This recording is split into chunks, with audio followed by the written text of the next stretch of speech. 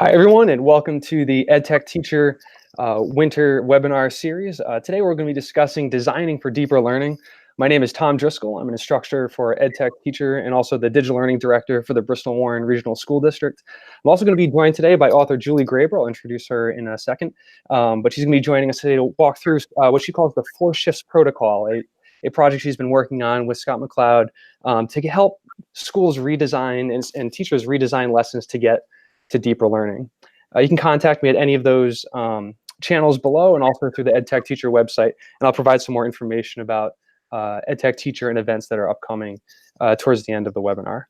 Okay, throughout this, if you have any questions for me and Julie, you can ask through the YouTube chat feature, which is right in the live stream on the right side there in the chat box. We'll make sure to get all of your questions answered.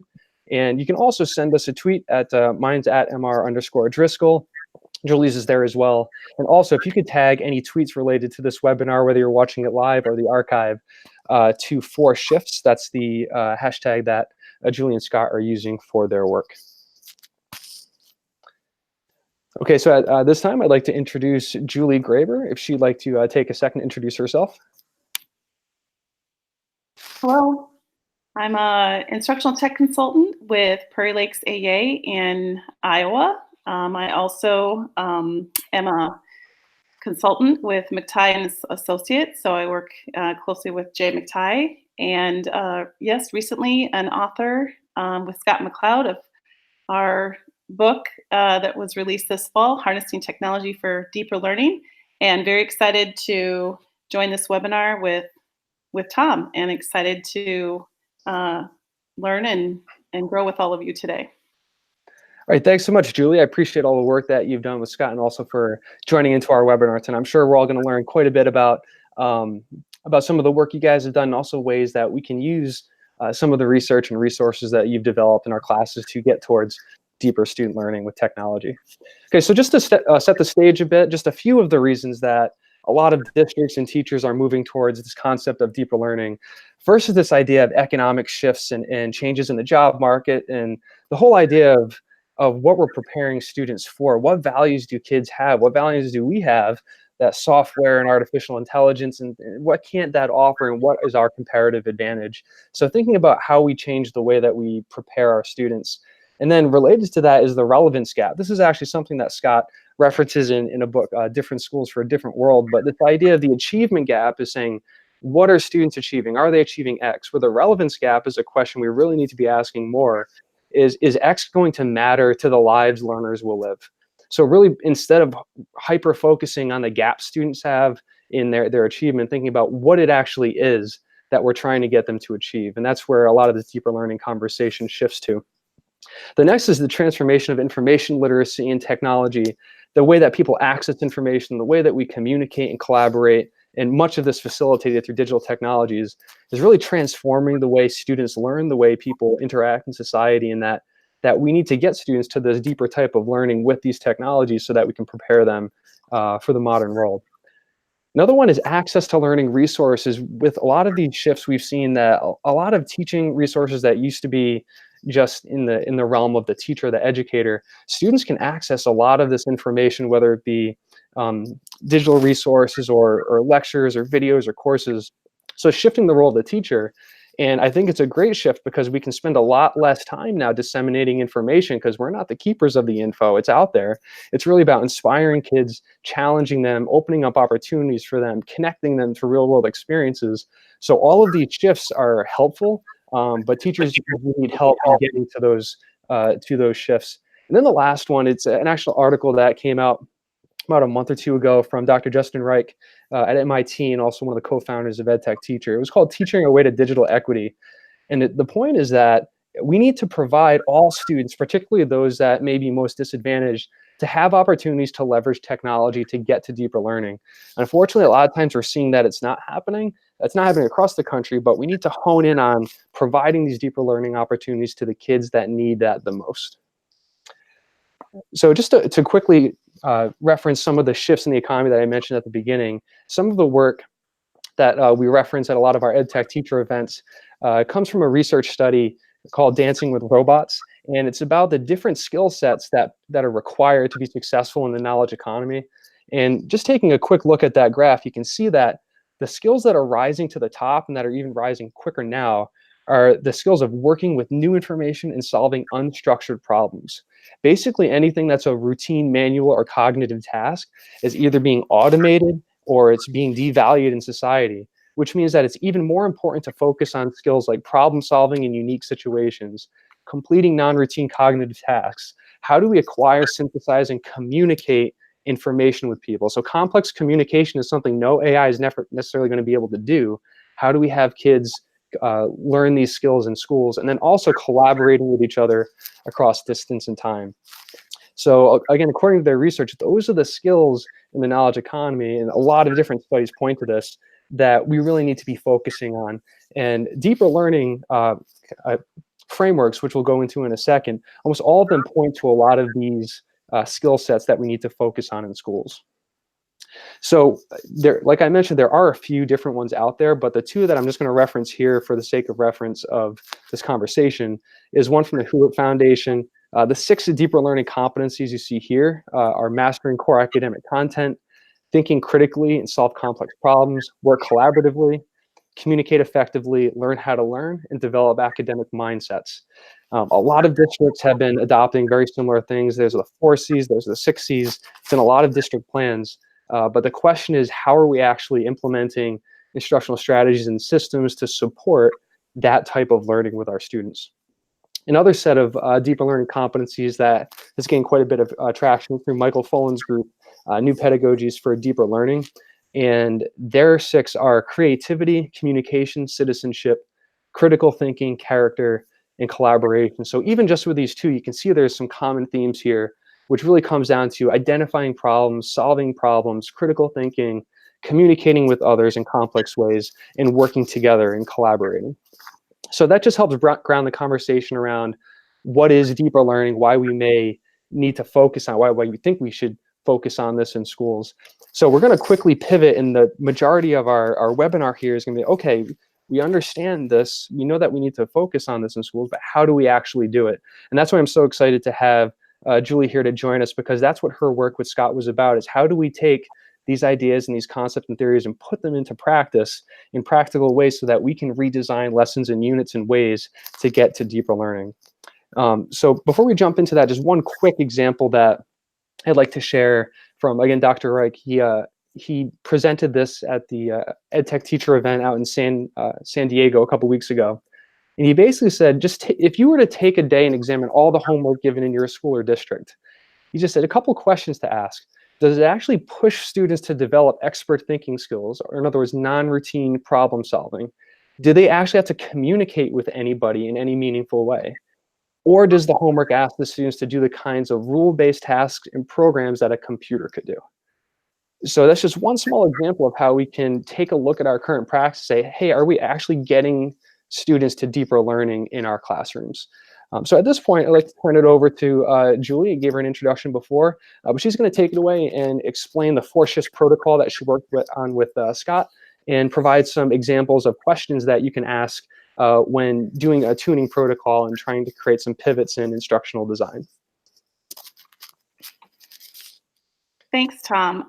You set this up very well for our work, because as we were working with schools, leaders in various roles, we were finding that some of the existing frameworks didn't necessarily provide that level of specificity to move in the direction of deeper learning as we think about robust tech integration. And so because, some of them didn't necessarily have those pieces, we're like, so what do we do? So that's when we decided to design our own. So with that process, while we appreciated a lot of different pieces with various frameworks out there, we knew that there was, still some gaps. And so our goal was to find something. We couldn't find anything, so we decided to make a protocol ourselves. And originally, those of you that maybe have followed Scott and my work before, the protocol that we came up with, we didn't really have a name. We did the work, we came up with a protocol. It was called the Trudicot. We didn't like the name, and it stood for this terrible explanation of really what we wanted it to become. And then recently, as we were working on this book together, we decided to obviously change the name to Four Shifts Protocol. So in terms of what it is a discussion protocol for educators to design or redesign lessons, units, activities that help teachers think about the four main shifts that we really want to see, and we are seeing some schools move toward, and that is in the deeper learning area, moving toward greater student agency, asking kids to do more authentic work, and then obviously including that rich technology infusion. In terms of how it is being used, we have tested this, piloted this. We've had different versions. We love getting feedback from people because when we know it's being tested in the field, that only makes it better. And we do have our hashtag for our this whole project and this whole process is make it better. So it's no judgment. It is about how can we improve what we're doing for kids. And so through that whole process of getting it out there, Scott and I working with various schools and different stakeholders, we have found then this version today, Four Shifts Protocol version 1. And so with that, in terms of the shifts, the first big shift that we see schools moving toward is that deeper thinking and learning. We have seen, typically are seeing too much probably of the factual recall and procedural regurgitation, similar to what Tom just showed in that previous slide. So what we'd like to see, and what we are seeing schools work harder at, is to move more toward those engaging tasks that require that greater cognitive complexity. Really thinking about those C's when we think about creativity, critical thinking, problem solving, and so on. And in other words, yes, trying to live in Revised Bloom's taxonomy, higher level, as well as Webb's depth of knowledge, level 4. So in terms of a few questions, example questions from the deeper thinking and learning component, we have that critical thinking. So you should see through our protocol the 4 C's represented very well, and as well as some other pieces. So the critical thinking, here's a question that teachers can ask of themselves. You can have instructional coaches work with teachers to ask these questions, yes, no, somewhat. And then if there's a no or somewhat, then the idea is, so what could we do to move it to more of the positive response that we're looking for? That's the whole idea. So creativity, do students have the opportunity to design, create, make, or otherwise add value that's unique to them? And this all speaks to Tom's earlier message about why do we need to do this? Because we think about the workplace and everything that's going on with technology and so on. So these are critical skills that our kids need. The second shift is authentic work. And this is where we're moving, some of the deeper learning schools are moving from that isolated, siloed academic work to environments where students are provided more opportunities to engage with and contribute to that local, national, international, interdisciplinary communities. At the end of the webinar, we will be highlighting some of these schools that are showcasing some of this in their institutions. So it's encouraging to see that more and more schools are being part of networks or creating their own kind of version of a deeper learning school. So students begin fostering those active networks with individuals and organizations for mutual benefit. We also notice that when kids are engaged in meaningful, relevant work, their engagement is higher. And when engagement's higher, typically learning happens. So I'm a big believer in authentic work. That's kind of one of my favorite shifts. In terms of questions, the sample questions, again, that can be used to find out where do we stand on authentic work. So is the work authentic and reflective of that done by experts outside of school?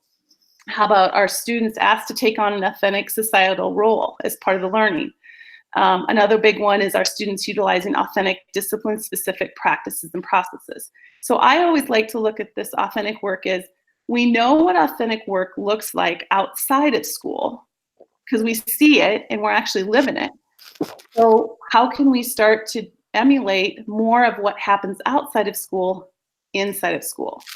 So some of that has to do with taking on a role, making a contribution, utilizing like domain practices, for example, are things that scientists would do. What are the processes and practices scientists would do that may be different than what artists would do? So how can we provide opportunities for kids to be engaged in those practices like we see in the real world?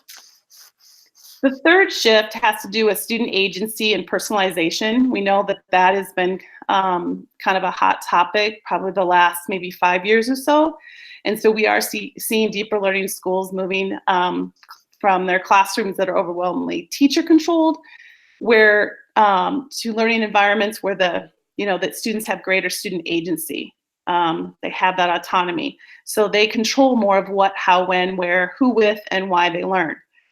Student agency allows for that greater personalization, individualization, and differentiation of the learning process. A few questions that we came up with under this particular component has to do with, do students have the opportunity to initiate, be entrepreneurial, be self-directed, or be given parameters of learning task or environment? And again, looking at yes, no, somewhat. And so if it's yes, great. So what other areas can we maybe shift as we look at a lesson, a unit, a task? Another question is who selected which technologies are being used? And if it's both, and it was teacher before, that's great. If we see students are doing it, that's awesome. So you can also see where if teachers start to use this, or even grade level teams or buildings, you can almost do like a self-assessment, if you will, or some kind of grade level assessment. So if you're finding that initially this is what's happening, but over time, because we're learning more about this, we're seeing the shift to more students, then we can celebrate. So again, it's not about judgment. It's just like, hey, can we look at what's happening right now? And then how can we move and shift something, even in a small way, that's better than what was there before? And finally, who is the primary user of the technology? And obviously, we want to see students having more ownership of that. The fourth shift has to do with technology infusion. We, especially here in Iowa, we have a lot of schools that have access. And unfortunately, sometimes we aren't seeing the pedagogy change along with that. So what we're seeing in deeper learning schools is that they're moving from local classrooms that are largely based on pens and pencils, notebook paper, ring binders, etc., to more globally connected learning spaces that are deeply and richly infused with tech. The new affordances of mobile computing devices and online environments allow the first three shifts here to move into high gear. So a lot of times we do see that technology may be front and center too much. So Scott and I, we're really grounded in thinking about technology for the purpose of what. So when we think about the 4 C's, if we're really after collaboration and we want to see that happen, then how can technology aid in kids collaborating, either with kids in the classroom, to an outside expert, to another place in another world? What does that look like? So the technology part doesn't necessarily come in right away, and that's probably sometimes a shift for some people. So some of the questions from this particular area, technology adds value. Does technology add value so that students can do their work in better, different ways than are possible without the tech?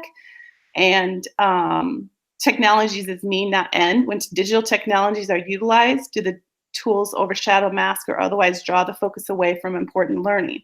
Now, in this particular question, typically we want to see yes, but in this one, we want it, the favorable answer is no.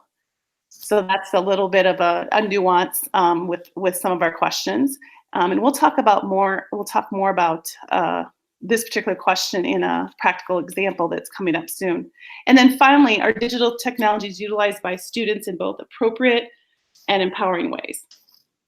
So that's kind of an overview of the 4 shifts and a few sample questions from our protocol. All right, thanks so much, July. That was a fantastic job explaining some of the different shifts in strategy, but also the ways that you can help create like a protocol and questions that would get teachers to think about different ways that they can design their lessons in a practical way to get towards those bigger shifts in instruction. Now I'm going to go to a sample. We'll go through this together. One that was from the book that I thought was fantastic because it's a lesson that a lot of people have heard of. They think it's really innovative. I'll try not to give away the punchline of this protocol here, but take us through it. So if you were to take a mystery Skype lesson that a teacher is doing, or if you were a teacher, how might you apply this protocol to redesign this lesson to get to even deeper student learning? Yeah. So, so mystery Skype, we see a lot of, especially elementary, maybe some middle school teachers use this, and we don't have anything against mystery Skype, but it's interesting because when Scott and I have done some different workshops and presentations, we will show a little snippet of mystery Skype and ask them what they think. And we also notice that when we have them think about a particular level in terms of SAMR, we've also noticed that most of the audience will have sort of labeled the activity, the mystery Skype activity, as they understand it to be in the various levels: substitution, augmentation, modification, and redefinition. So that's interesting to us that it's not clear that it could be all over the board. And so that's why we that's one of the reasons why we decided to think differently about this protocol to really help be more explicit and specific to shift that to something a little bit more rich and deep. So yes, so those of you, hopefully most of you know what mystery Skype is, but basically, if you don't, the gist of it is that you're really trying to connect 2 different classrooms, usually from either different states or even country to a different state, something like that. And the idea is for the classroom, see which classroom can guess the location of the other school. And typically, the questions are usually, kind of a yes or no, closed questions. And some of the things might be, is your school close to a river? Is it cold there? Do you have a hockey team? Things like that. And so, well, again, Scott and I, we really think there's some really positive things about mystery Skype in terms of kids have an opportunity to use technology and know how to speak with one another, listen. So kind of that speaking and listening comes through. We also like the opportunity for kids to connect with other people outside of their own community states. So that's another positive. Some people might say that, there's teamwork or there might be interdependence. Typically, teachers might assign some roles where some kids are greeters, questioners, researchers, and so all of that seems to be, again, very positive. However, the biggest limitation of mystery Skype that we've seen is it usually takes, about 40 minutes, 45 minutes, and we don't necessarily know what the learning outcome is. And when we've asked people, teachers, administrators, coaches, tech folks, they're not sure.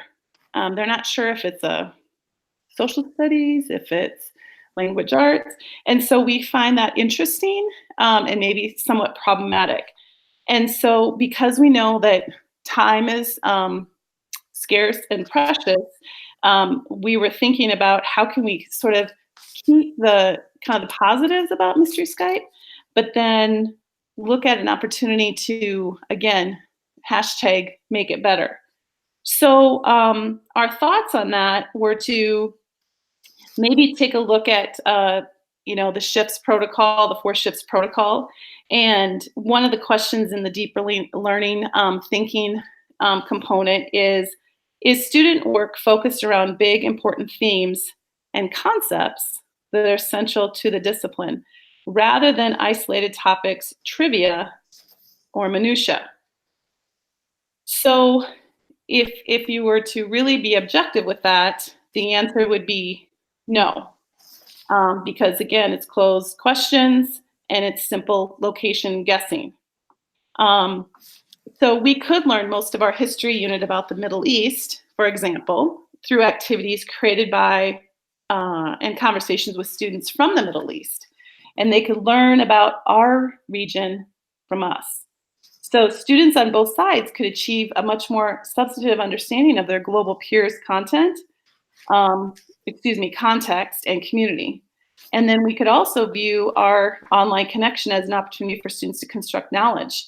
So when we looked at this, we liked the idea of framing this or kind of focusing this around one of the 5 themes of geography. And this is where sort of those bigger important concepts come into play. And one of the themes that spoke to us was region. So students could generate questions regarding religions, political divisions, language, vegetation, and other regional differences. And once they've collected that information from their partner classroom, the students could use it to determine the particular region of the world in which the partner class is located and then explain in rich detail to others. So coordinating other online conversations, ongoing conversations with classes around the nation and world could help uncover potentially the other 4 themes of geography as well: location, place, human environment, and interaction.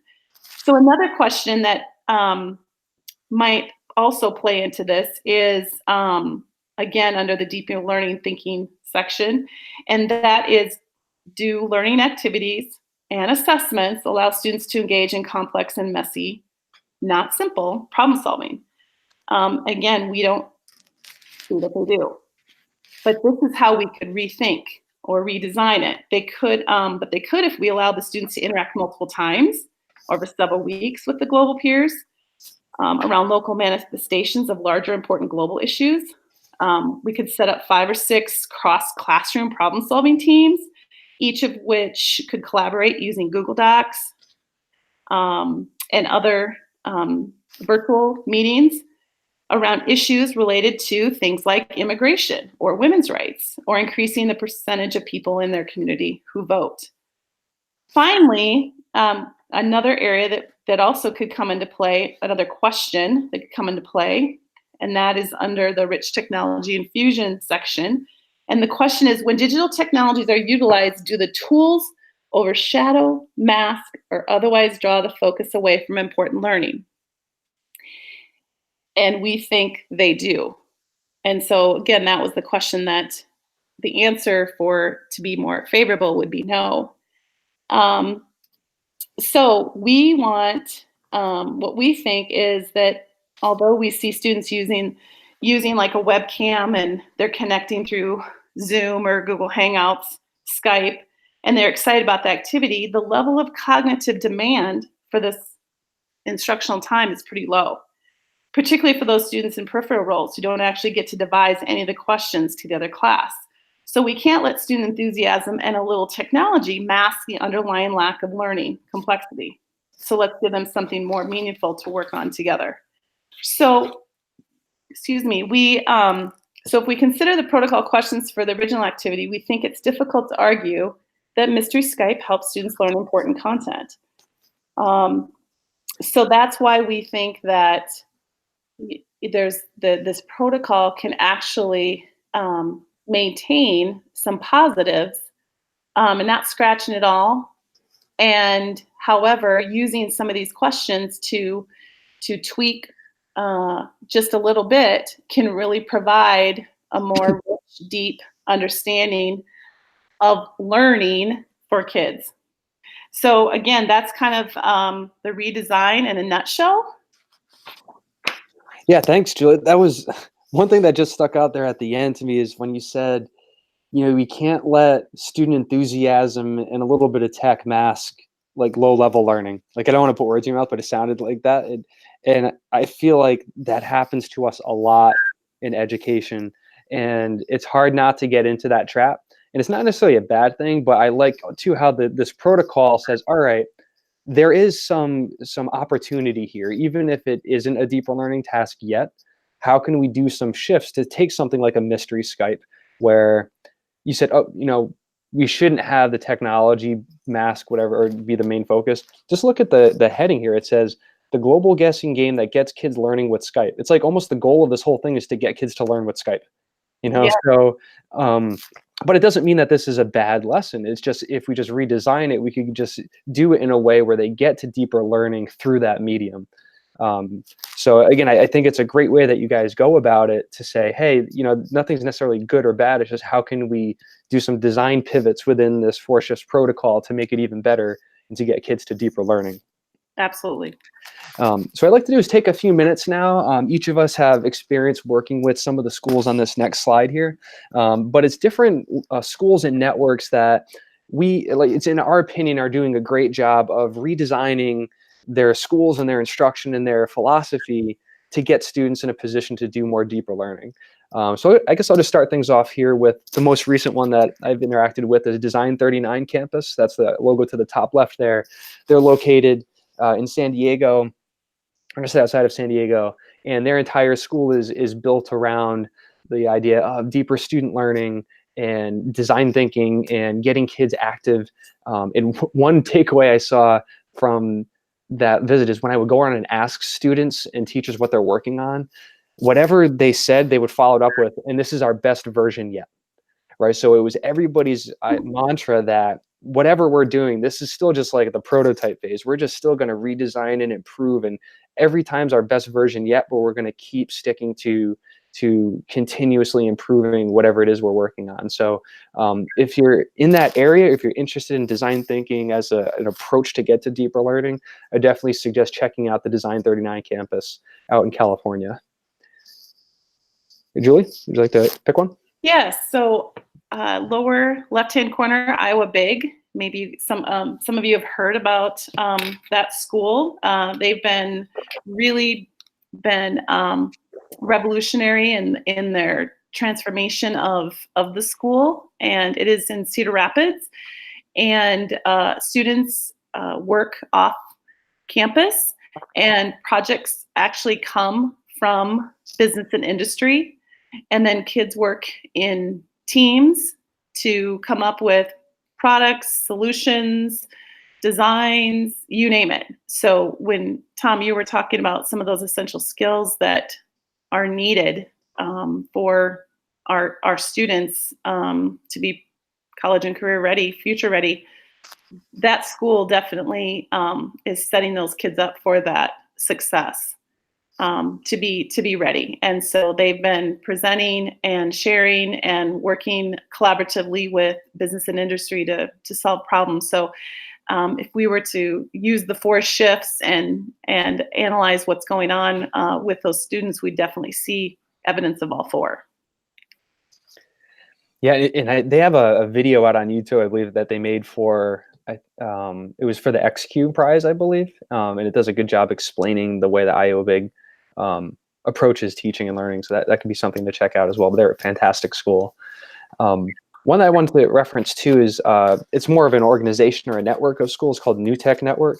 It's actually just working with a school out in San Jose as part of the Verizon Innovative Learning Initiative. And that school was part of the New Tech Network, and I was asking the teachers a little bit about some of the shifts that they've made as part of that. And it is rooted in project-based learning, but they're very, very focused on authenticity and connecting with the local community.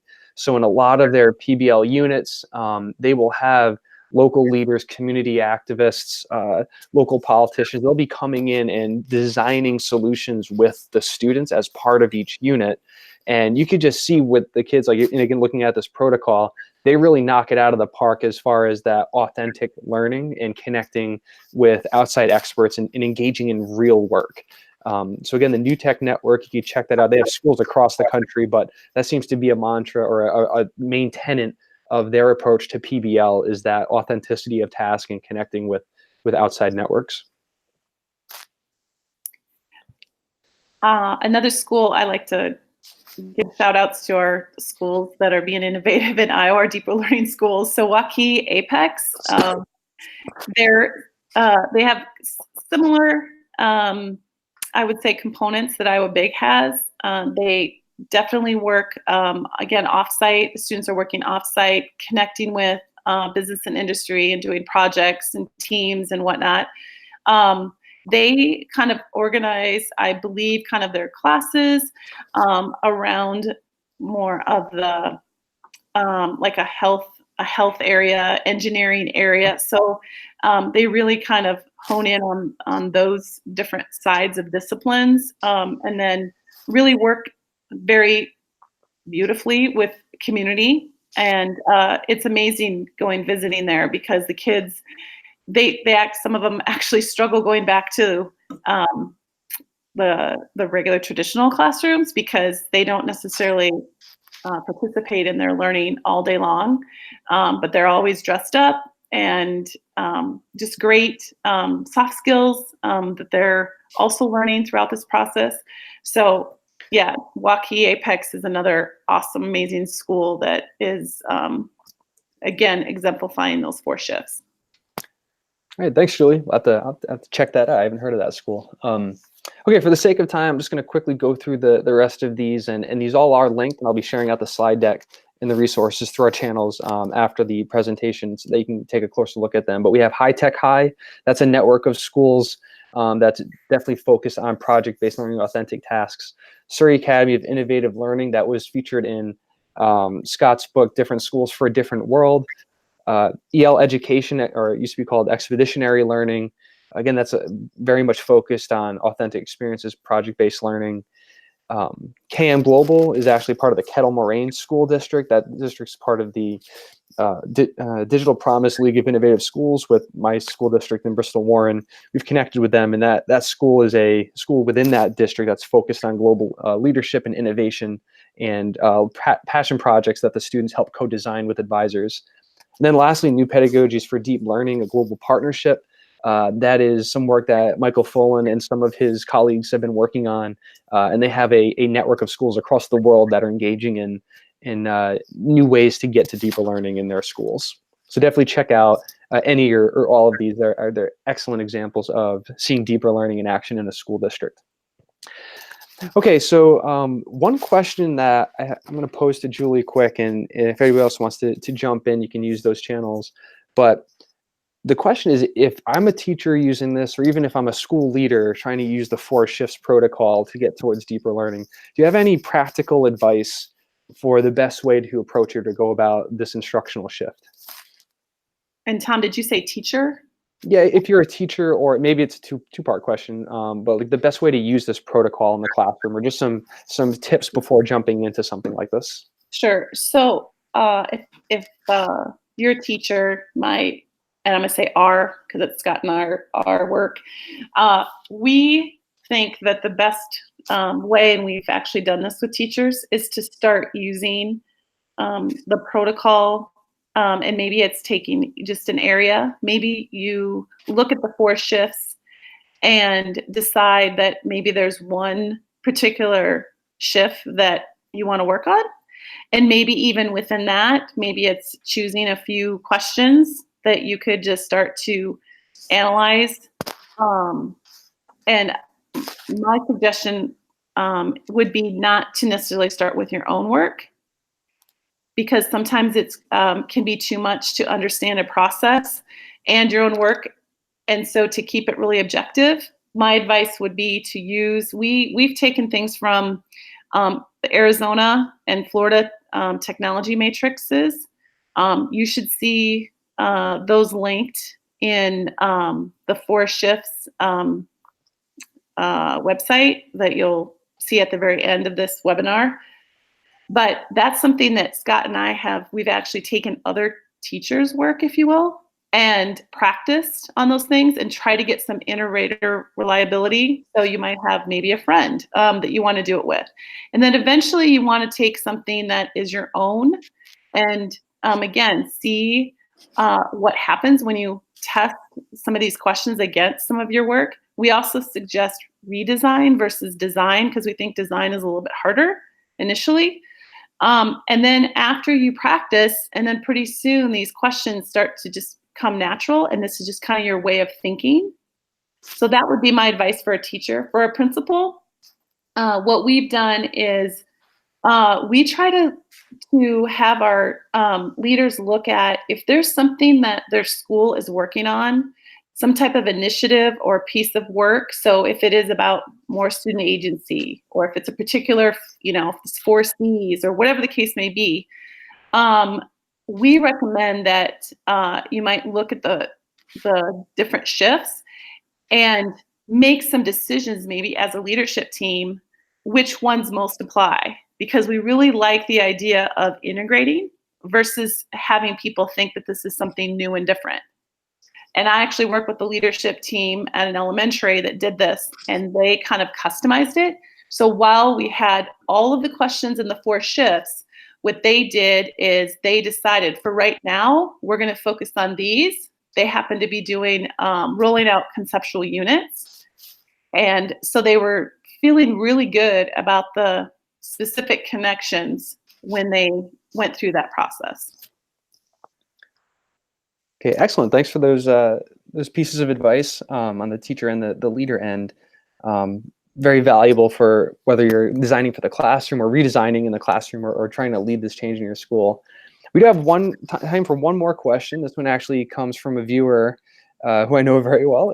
Carlton Bradshaw is a teacher in Rhode Island, and in my opinion, one of the best cross-country and track and field coaches in the country. So he had a question about when he gives students autonomy in the classroom, so he's granting them more control over their learning, how much deeper learning is actually going on at that time? So for instance, if he gives a lot of autonomy and choice and a student-centered approach, do they end up just spending a lot of time fact gathering about a topic of interest as opposed to engaging in like higher level questioning and thinking? And how can he get them to do it without having to overly model and scaffold it for the students? So what might be a way to either use this protocol or some strategies to help a teacher that's trying to give kids more autonomy and more agency, but can't get to that deeper learning on their own? That's a really good question. So I will do my best to answer that. I might have to think about that a little bit more. But one of the things that I've noticed is while we don't necessarily say you have to start in one place, one section, and these questions are most critical. In our book, we actually provide sort of those tips, suggestions, recommendations. And it's been my experience that you can have a lot of student agency, but like the question posed, you may not get to deeper thinking and learning. So what I like to do, and personally have found it to work, is that we first start with what is that deeper thinking and learning? What's that big overall concept that we want students to explore, right? We want them to go after. So it might be this essential question of some sort. And so it's grounded firmly in deeper thinking and deeper learning. So my experience is that it needs to be, most things need to be rooted in that first section under domain knowledge and deeper learning, because I have found that, again, you can have technology, just like the mystery Skype, but it's a superficial activity. So I don't know if that helps the viewer, but you can also reach out to me, and we can, if it doesn't, we can always talk more later. Tom, would you have anything to add? I mean, you read the book and you're studying, all this about deeper learning. So do you have any thoughts on this? Yeah, I mean, I think one thing that we have to think about with student agency is along the lines of what you were saying, is that the task itself that they're engaging in, is that a complex task that we're giving them agency to do, or do we only give them agency over things that we think they can handle? That's kind of like low level rote things. And I think it's hard to do, but say for instance, like I used to teach high school social studies, and I would do the thing where, hey, everybody can pick whatever topic and do some basic research on it. But if it got to some really heavy duty critical thinking, I would always do it together with a class with them. But I think in hindsight, that's when I need to almost let go a little bit more and let them engage on their own, still providing some supports. But I think that's a trap we fall into. And I hear it a lot, is like, oh, like students can't handle that X, Y, and Z. I think it's all right. Well, how do we say we use your protocol? Do we make it a relevant, authentic task that they're designing meaningful work to get them engaged? Is it a deeper thinking competency? Are we using technology not just to excite them and get them engaged, but to actually amplify what they're doing? And then as we do all those other things, we're granting them agency, right? So it's not just giving them ownership and empowerment over a low level lesson. It's how do we give them ownership within different entry points, considering all of those other things. And again, that's incredibly hard. It's not easy to do. But I think that's why a tool like the 4 Steps protocol that you guys have developed can give teachers and leaders some tools to help redesign in different ways. And again, I'll be deferring to you guys and asking you questions along the way. I'm really interested in this protocol. I'm sure I'm going to test it out and try some things in our district. And as this evolves, I think just staying in touch with Julie and Scott, for all the viewers that are watching this, and seeing the different impact it's having in schools would be really helpful to help us do practical design shifts in our schools to get kids to deeper learning. So with that, I'd just like to wrap up here. Again, thanks so much, Julie, for joining us. She's an instructional technology consultant. Her contact info is there on Twitter. My name is, again, Tom Driscoll. I'm an instructor at EdTechTeacher. I also work for the Bristol-Warren Regional School District in Rhode Island. My contact information is there. You can reach out on Twitter, Instagram, and my website. Also, we have an event coming up in April in Vermont. If anyone's in the region or wants to travel to beautiful Vermont, we have an innovation and education event with multiple strands on entrepreneurship, civic education, deeper learning, and a few more. So check that out. That's a 2-day event coming up in April, innovationandedu.org. Or you could just reach out to myself. We'll also be sharing out all the resources in the slide deck. So reach out to me on Twitter or to Julie. We can share that out with you. And again, if you have any questions or want to follow up or engage in this conversation, feel free to reach out anytime. We are happy to help. So Julie, any final thoughts? No, thank you so much for the invitation. I enjoyed it. And good luck to everybody out there. And yeah, stay in touch. All right, thanks, everyone. Have a great night.